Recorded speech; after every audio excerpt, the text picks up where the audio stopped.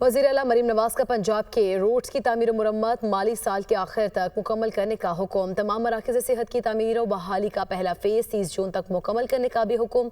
वज़ीर आला पंजाब मरीम नवाज की ज़ेर सदारत ख़ुसूसी इजलास पंजाब भर में जारी रोड्स और हेल्थ के डेवलपमेंट प्रोजेक्ट्स का जायज़ा लिया। ब्रीफिंग में बताया गया, रोड बहाली प्रोग्राम के तहत तामीर और बहाली का 25% से ज़ायद काम मुकम्मल हो चुका है। पंजाब भर में मराकज़ सेहत की तामीर और बहाली का 75% काम मुकम्मल है। जबकि वज़ीर आला पंजाब मरीम नवाज ने कहा, राब्ता सड़कों की बहाली और तामीर और मुरम्मत से लाखों शहरी मुस्तफ़ीद होंगे।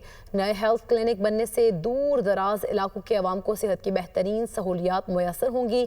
वज़ीर आला मरीम नवाज ने PND को इजाफी वसाइल पैदा करने का हदफ दे दिया है। वज़ीर आला मरीम नवाज का पंजाब के रोड्स की तामीर और मुरम्मत माली साल के आखिर तक मुकम्मल करने का हुक्म। तमाम मराकज़ सेहत की तामीर और बहाली का पहला फेज़ 30 जून तक मुकम्मल करने का भी हुक्म।